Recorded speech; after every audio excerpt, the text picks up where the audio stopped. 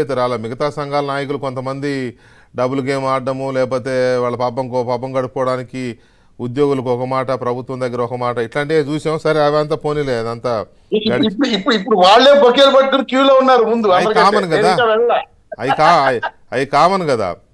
సరే అవి ఒక ఇది జరుగుతూ ఉంటాయి. అవి కూడా వాళ్ళ దీనికోసం, వాళ్ళ పాపులారిటీ కోసమో లేకపోతే వాళ్ళ ప్రాపకం కోసమో తిరుగుతూ ఉంటారు.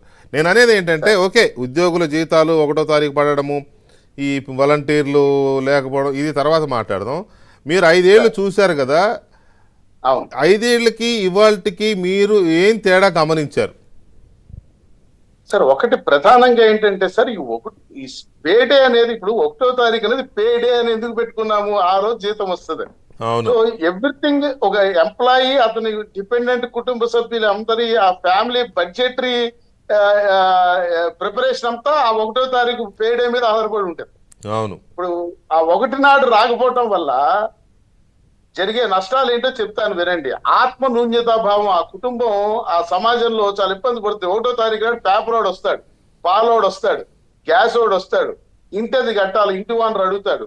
ఇట్లా అలాగే పిల్లలకి ట్యూషన్ ఫీజులో ఇంకోటో అలాగే ప్రధానంగా సార్ ఇవన్నీ సమాజంలో వాళ్ళు, అయ్యా మాకు ఇంకా జీతాలు ఇవ్వలేదు కాబట్టి ఒక 4 రోజులు ఆగమని అభ్యర్థించుకోవచ్చు.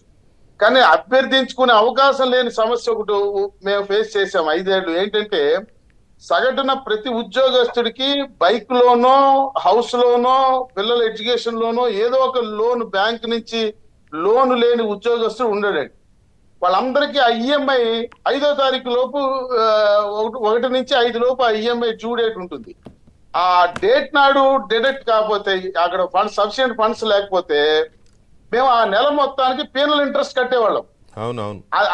అది అంటే మాకు 1 నాడు జీతం రాకపోగా మాకు అదనంగా వడ్డీ పడేది. ఆ పీనల్ ఇంట్రెస్ట్ అది ఆర్బీఐ వారి గైడ్ లైన్స్ ప్రకారం అన్ని బ్యాంక్స్ ఆటోమేషన్ మోడ్ లో పీనల్ ఇంట్రెస్ట్ యాడ్ చేసేస్తారు. సో ఆ రకంగా ఆ లోన్స్ ఉన్నటువంటి ఉద్యోగస్తులందరూ చాలా ఇబ్బందులు పడ్డారు.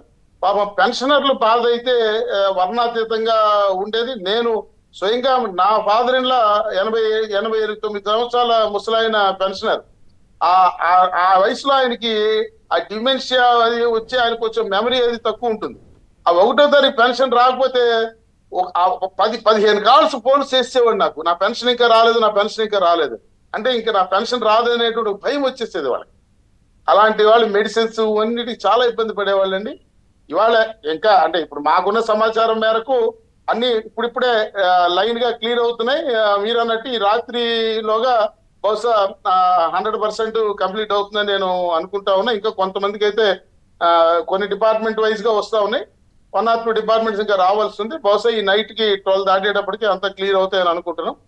ఏదేమైనా అంటే 1వ తారీఖు అది పే చేయాలన్న అక్కడ సమస్య 1వ తారీఖు పే చేశారా, 2వ తారీఖు పే చేశారా అనేది ఒక యాంగిల్ అయితే, వెంకటకృష్ణ గారు 1వ తారీఖు పే చేయాలి నా ఎంప్లాయీకి అనేటువంటి ఆ అప్రోచ్ ఎంప్లాయర్ కి లేకపోవడం, నా యజమానికి అంటే జీతం చెల్లించాల్సిన బాధ్యత, లీగల్ ఆబ్లిగేషన్ ఉంది అనేటువంటి భావన లేకపోవడం, అది చాలా చర్చించాల్సిన విషయం.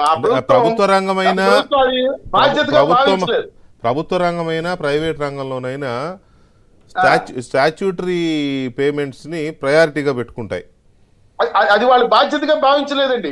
నేను అనేది పెట్టుకుంటాయి. స్టాచ్యూటరీ పేమెంట్స్ ని ప్రయారిటీగా పెట్టుకొని ముందు వాటిని క్లియర్ చేసుకుంటూ శాలరీస్ లేకపోతే ట్యాక్సెస్ ఇలాంటివి చేసుకుంటూ పెన్షన్స్ చేసుకుని తర్వాత వేరే వాటికి వెళుతూ ఉంటారు. అది ఒక పద్ధతి.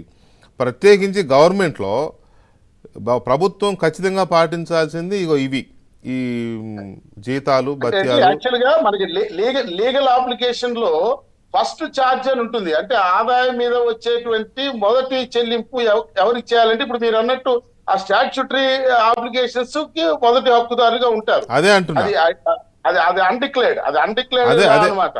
అదే అంటున్నా. జీతాలు, బత్యాలు, పెన్షన్లు, తర్వాత సంక్షేమ పథకాలకు సంబంధించిన ఇవి ఇట్లా ఒక ప్రయారిటైజ్ చేసుకుని ప్రభుత్వాలు చేయాలి. అది మరి గత ప్రభుత్వంలో మరి ఎందుకు ఉద్యోగులు అసలు లీస్ట్ ప్రయారిటీ కింద పెట్టుకున్నారా? వీళ్ళకి అన్నీ అయిపోయినాక వీళ్ళకి ఇద్దాంలే అనుకో, మనం బటన్లు నొక్కినాక లీస్ట్ ప్రయారిటీ ఇద్దాం అనుకున్నా. చర్చిద్దాం ఒక చిన్న బ్రేక్ తర్వాత.